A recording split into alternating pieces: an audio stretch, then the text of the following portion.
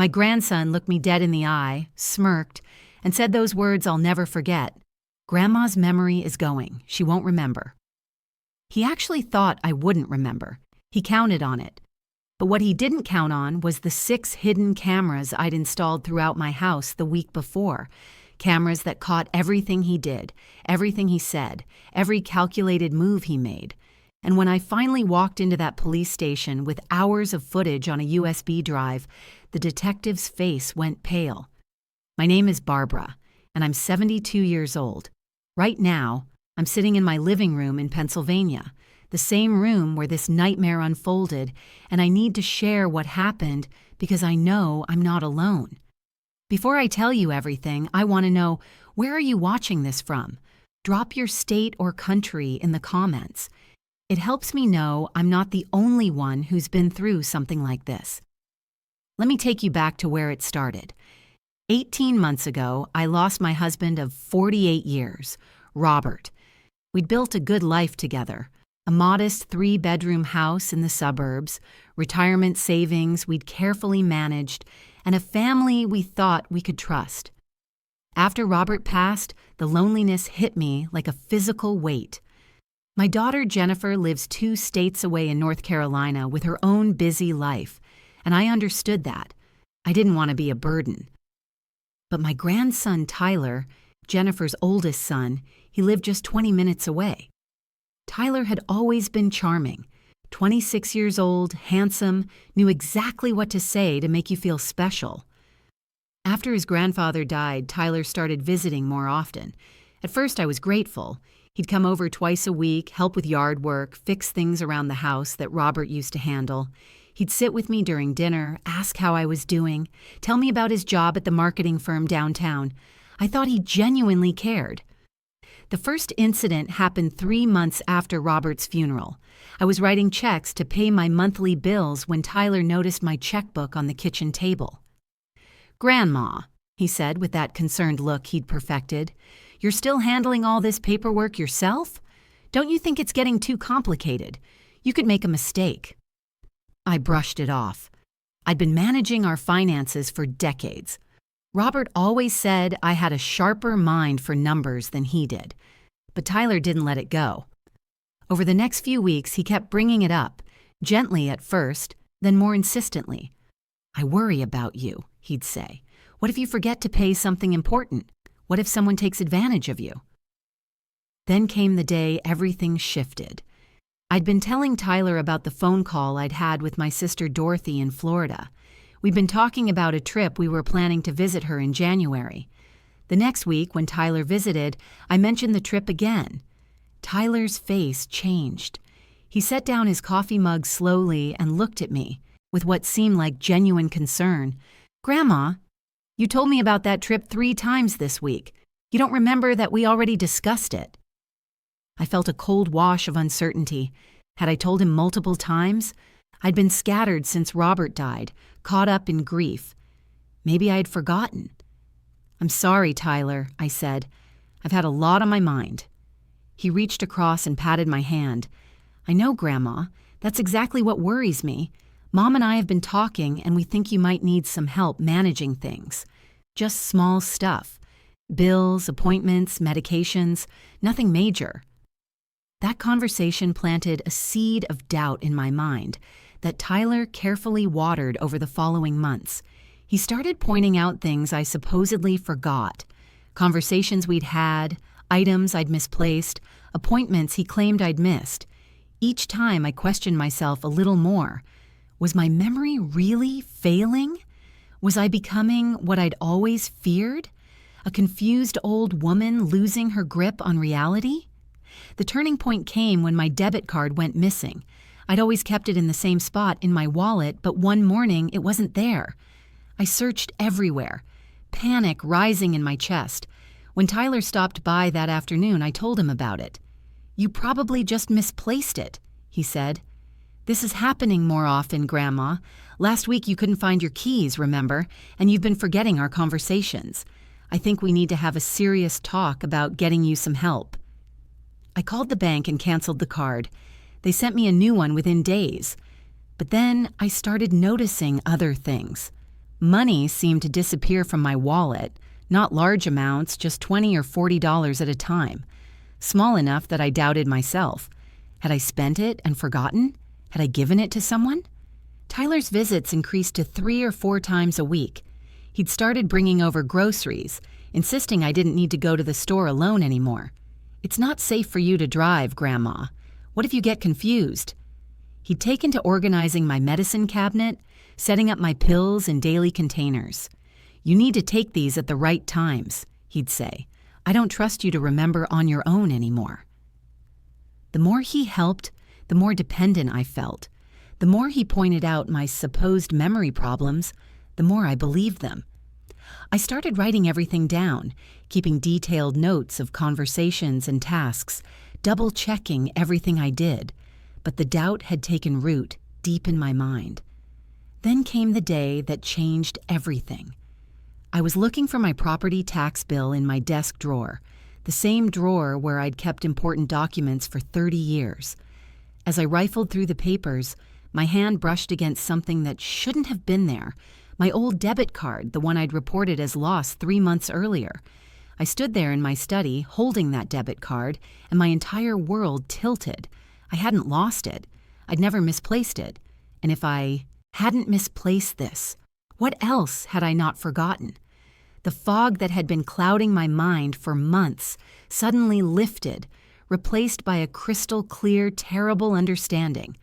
I went to my computer, the same computer Tyler had recently started suggesting I might be too confused to use properly, and logged into my bank account. My hands trembled on the mouse as I went through my statements for the past 6 months. There they were, withdrawals I didn't recognize, cash pulled from ATMs I'd never been to, small charges to gas stations and restaurants I'd never visited, 300 here, 200 there. Never enough to be immediately alarming, but over 6 months, it added up to nearly $8,000. I printed every statement. Then I went through my checkbook, comparing it against the bank records. 2 checks I'd supposedly written to cash that I had no memory of signing.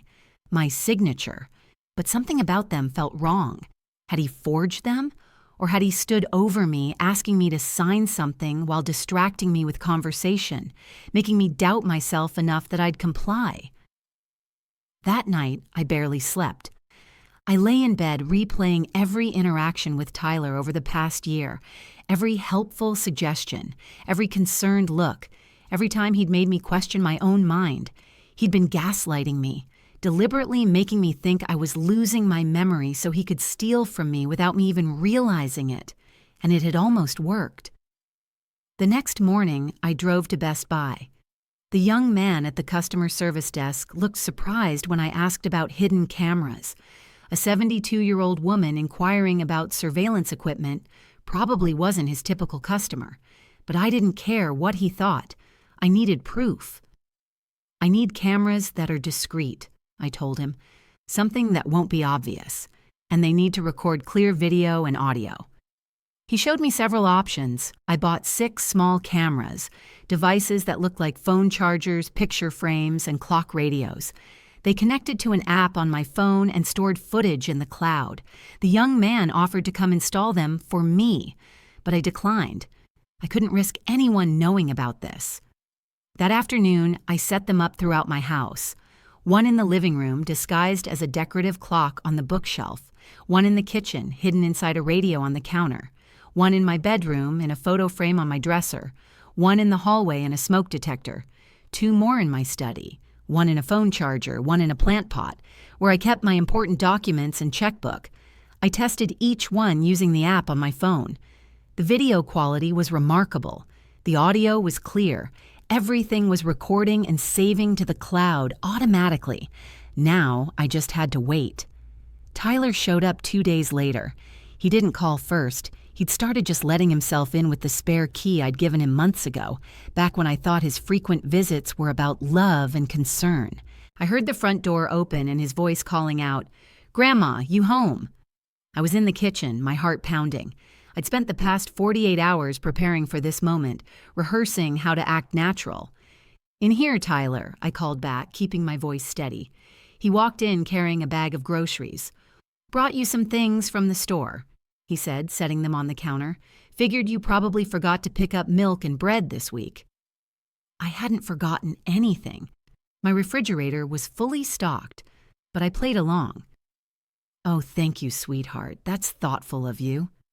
He started unpacking the groceries, talking about his week at work. I nodded and made appropriate responses while screaming internally. This person I'd loved, who I'd welcomed into my home, who I'd trusted completely, he'd been systematically robbing and manipulating me. And now I was watching him perform his caring grandson routine while cameras captured every moment. Hey, Grandma, he said after putting the milk in the fridge. I need to talk to you about something important. Here it comes, I thought. What is it, dear? I've been thinking about your finances. With your memory issues, I really think we should set up a joint bank account. That way, I can help make sure your bills get paid on time, that you're not overspending or making mistakes. I talked to Mom about it, and she agrees it's the right move.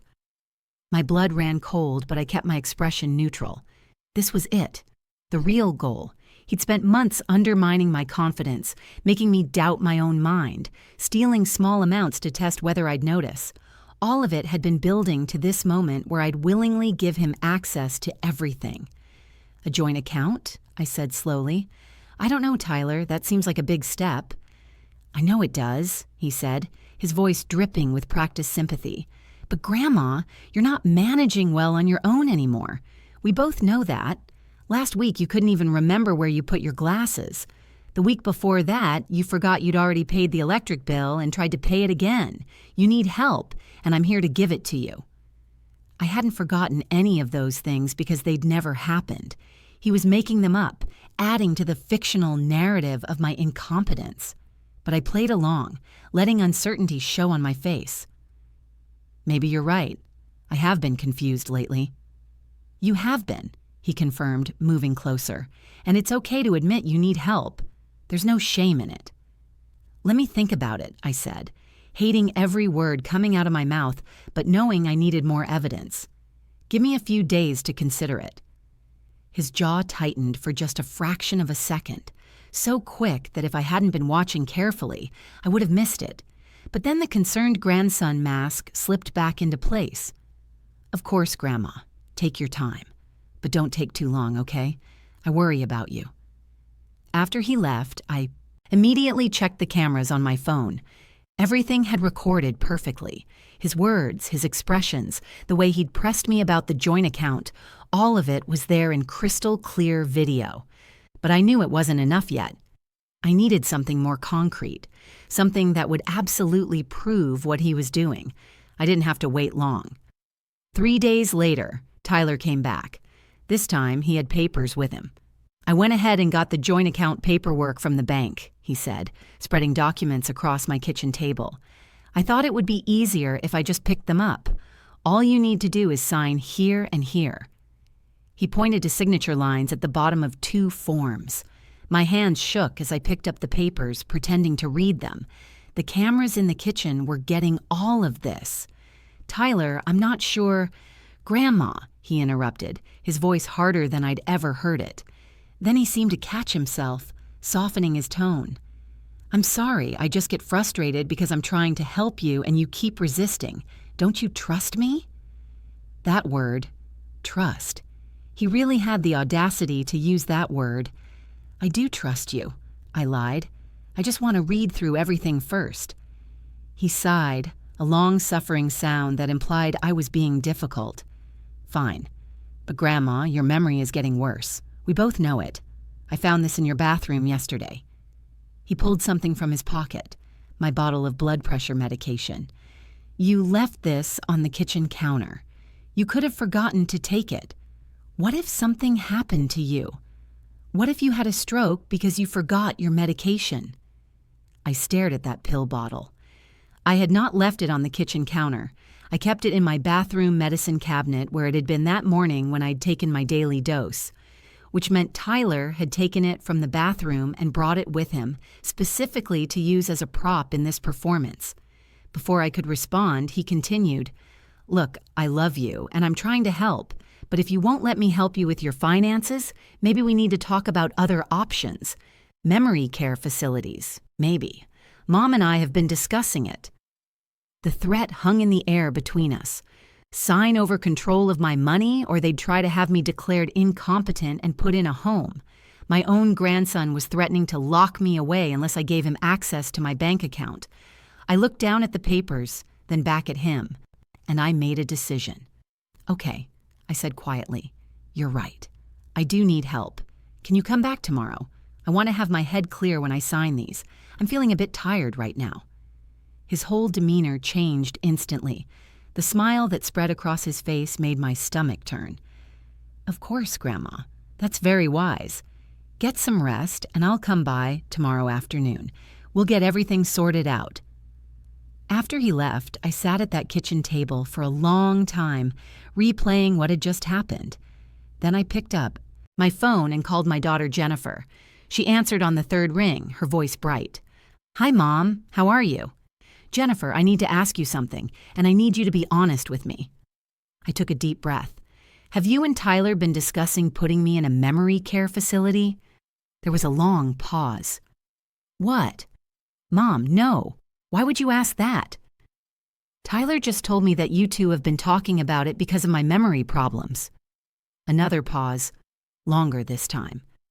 "Mom, I have no idea what you're talking about. Tyler hasn't said anything to me about memory problems. Are you okay? Is something wrong?" My heart sank even as relief washed over me. So he'd been lying about Jennifer being involved too. "Everything's fine, honey. I just wanted to check. Tyler must have been confused." After I hung up, I knew what I had to do. I spent that evening reviewing all the camera footage from the past week. Tyler letting himself in when I wasn't home and going through my desk drawers. Tyler taking cash from my wallet. Tyler moving my glasses and my car keys to strange places, then finding them later and commenting on my forgetfulness. Tyler in my study, photographing my bank statements with his phone. And there, that moment made my breath catch. Tyler standing in my living room, looking directly at where I usually sat, and saying to someone on his phone, "Grandma's memory is going. She won't remember. Trust me, by next month I'll have full access to everything. The old bat is so confused, she doesn't know what day it is." I played that clip 3 times, each word like a knife. Then I downloaded all the footage to a USB drive, made backup copies, and sent everything to my personal email account. At 9 the next morning, I drove to the police station in town. If you're watching this and you've ever felt like someone was making you doubt your own mind, hit that subscribe button. You need to hear the rest of this story. The police station was busy that Tuesday morning. I walked up to the front desk, my purse clutched tight with the USB drive inside, and told the receptionist I needed to report a theft and elder abuse. She directed me to Detective Sarah Morrison, a woman in her 40s with kind eyes who led me to a small interview room. "Mrs. Patterson," she said, gesturing for me to sit, "tell me what's going on." I laid it all out. The missing money, the gaslighting, the systematic manipulation, Tyler's attempt to get joint access to my accounts, his threat about memory care facilities. Then I handed her the USB drive. "Everything is on here. 6 days of footage from hidden cameras in my home. You can see him stealing from me, lying to me, and admitting what he's doing on a phone call." Detective Morrison plugged the drive into her computer. We sat there for over an hour while she watched key segments of the footage. I watched her expression change from skeptical to concerned to outright angry. When she got to the clip of Tyler on the phone calling me the old bat and bragging about his scheme, she sat back in her chair and let out a long breath. "Mrs. Patterson," she said quietly, "this is one of the clearest cases of elder financial abuse I've seen. You did everything right by documenting this. I'm going to need you to make a formal statement, and then we'll need to get copies of your bank statements, any other financial records showing the theft." "I brought copies of everything," I said, pulling a folder from my bag. 6 months of bank statements with the suspicious charges highlighted, copies of checks I don't remember signing, a list of every incident Tyler used to make me think I was losing my memory. She smiled slightly. "You're very thorough." I'm not losing my mind, Detective, and I needed everyone to know that. Over the next 3 hours, I gave my complete statement. Detective Morrison called in another officer who specialized in financial crimes. They took copies of everything, assured me they'd begin investigating immediately, and told me not to sign anything Tyler brought me or let him have access to any of my accounts. "One more thing," Detective Morrison said as I was preparing to leave. "The cameras in your home. They're going to be crucial evidence. Don't tell Tyler about them. Don't remove them. Let him keep incriminating himself. We'll likely want to coordinate his arrest when he returns to your house, so we can catch him in the act." That night, I barely slept. Tyler was supposed to come over the next afternoon with the bank paperwork. Now he'd be walking into a trap, and I'd have to act natural while knowing what was about to happen. The next day felt endless. Detective Morrison called me that morning to confirm their plan. Plainclothes officers would be parked outside my house. When Tyler attempted to have me sign the papers, they'd move in. At 2:30, I heard Tyler's key in the door. My heart hammered in my chest as he walked in, that familiar smile on his face, the same smile I'd once associated with love and family. Now all I saw was a predator's grin.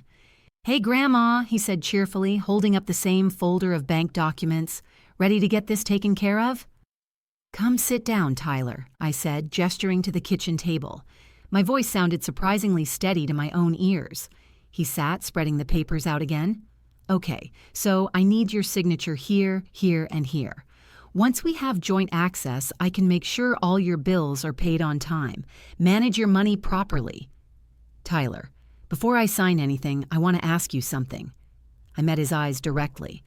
"Where did $8,000 of my money go over the past 6 months?" He blinked. Confusion crossed his face, followed quickly by concern. "Grandma, what are you talking about?" $8,000, withdrawn from my account in small amounts. ATM withdrawals I never made, charges I never authorized. "This is exactly what I'm worried about," he said, smoothly shifting into his concerned mode. "You're getting confused about your spending. This is why you need my help managing things. You probably made those withdrawals and forgot." "I didn't forget anything." His expression hardened. "Yes, you did. You forget everything, Grandma. You're losing it, and everyone can see it except you." "Is that what you tell yourself?" I asked, my voice sharper now. "When you steal from me, when you move my things and tell me I'm forgetful, when you take cash from my wallet, do you tell yourself I deserve it because I'm old and confused?" Tyler stood up abruptly. "I don't know what you're talking about. This paranoia is another sign that you need help. Maybe we should skip the joint account and go straight to getting you evaluated by a doctor. Clearly, you're not capable of making rational decisions anymore." "Sit down, Tyler." The command in my voice surprised even me. He hesitated, then slowly sat back down, his jaw clenched. For the first time, I saw a flicker of uncertainty in his eyes. "I know what you've been doing," I continued. "I know about every dollar you've stolen, every lie you've told, every time you deliberately made me doubt myself. I know about the phone call where you called me the old bat and said my memory was going so badly that I wouldn't remember anything." His face went pale. "I never." "You did, and I have proof. 6 cameras throughout this house have been recording everything you've done for the past week." Tyler's mouth opened, then closed. He looked around the kitchen as if he could spot the cameras, his confident facade crumbling. "You're bluffing." "Am I?" I pulled out my phone and opened the camera app. I turned it toward him, showing him the live feed from the camera in the kitchen. He could see himself on my screen, sitting at my table, his face displaying dawning horror. He stood up so fast his chair fell backward. "You recorded me. You had no right." "I had every right. This is my house. This is entrapment. You can't." The front door opened. Detective Morrison walked in, followed by 2 uniformed officers. Tyler spun around, his face draining of all color. "Tyler Jennings?" Detective Morrison said. I'm Detective Morrison. We need you to come with us to answer some questions about financial crimes and elder abuse." "This is insane," Tyler said, his voice rising. "I was helping her. She's confused. Her memory is going." "Tell them, Grandma.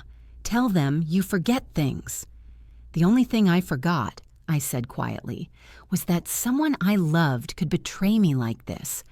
But I remember everything now, Tyler. Everything you did, everything you said, and so will the jury."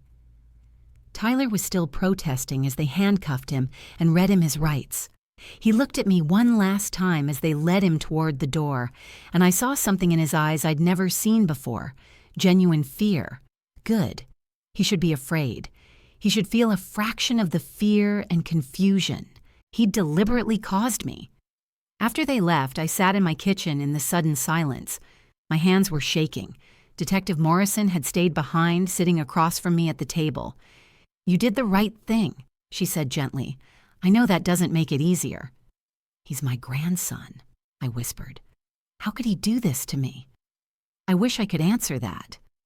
"But Mrs. Patterson, you need to know. We see this more often than people realize. Elder financial abuse often comes from family members. They see their elderly relatives as easy targets, especially if they can make them doubt themselves." She paused. "But you didn't let him win. You trusted your own mind. You fought back." Over the next 3 weeks, the case built rapidly. The footage from my cameras was damning evidence. The bank statements showed a clear pattern of theft. And once the investigation started, they discovered Tyler had done this before. His previous girlfriend's grandmother had reported suspicious missing money, but she'd been too afraid to pursue charges when Tyler convinced her family she was just confused. The prosecutor assigned to the case was a woman named Amanda Chen. She was thorough and fierce. "We're pursuing multiple charges," she told me during one of our meetings. "Elder abuse, theft, fraud, identity theft for the forged checks. With the video evidence, this is one of the strongest cases I've prosecuted." Tyler tried to plea bargain. His lawyer approached me through Detective Morrison, asking if I'd be willing to reduce charges if Tyler paid back the money and entered counseling. I looked at Amanda Chen and said, "No, he needs to face full consequences." The trial took place 4 months after his arrest. I sat in that courtroom and watched the jury's faces as they viewed the camera footage. I saw their expressions change from skeptical to horrified as they watched Tyler steal from me, gaslight me, threaten me. When they played the clip of him calling me the old bat and bragging about his scheme, several jurors visibly recoiled. Tyler took the stand in his own defense. He claimed he'd been concerned about my welfare, that he'd only been trying to help, that I'd misunderstood everything. His lawyer tried to paint me as a confused elderly woman who'd misinterpreted her grandson's good intentions. Then it was my turn to testify. I walked to that stand with my head held high. For 30 minutes, I answered every question clearly and precisely. I explained how Tyler had systematically undermined my confidence. I detailed every manipulation tactic he'd used. I looked directly at the jury and said, "I am not confused. I am not losing my memory. I am a woman who was betrayed by someone she loved, and I want justice." The jury deliberated for less than 3 hours, guilty on all charges. Tyler was sentenced to 5 years in prison and ordered to pay full restitution plus damages. The judge was particularly harsh during sentencing. "You preyed on your own. Grandmother," she said. "You exploited her grief after her husband's death. You attempted to steal not just her money, but her dignity and her confidence in her own mind. This court has no sympathy for that behavior." As they led him away, Tyler didn't look at me. Good. I had nothing more to say to him anyway. My daughter, Jennifer, came to stay with me for 2 weeks after the trial ended. She kept apologizing, crying, saying she should have known, should have seen what was happening. I told her what I'm telling you now. These predators are good at what they do. They hide in plain sight, disguised as helpers and caregivers. It's been 6 months since the trial. I still live in my house in Pennsylvania. I still manage my own finances, better than ever, actually. The cameras are still installed, though now they're just for security. I've started a local support group for elderly abuse survivors. We meet every Tuesday at the community center. My memory is fine. It was always fine. And I want every person watching this to know if someone is making you doubt yourself, if someone is trying to make you feel incompetent or confused, trust your instincts. You know your own mind. Don't let anyone take that away from you. I'm Barbara, and this is my story. Remember it because your story matters too.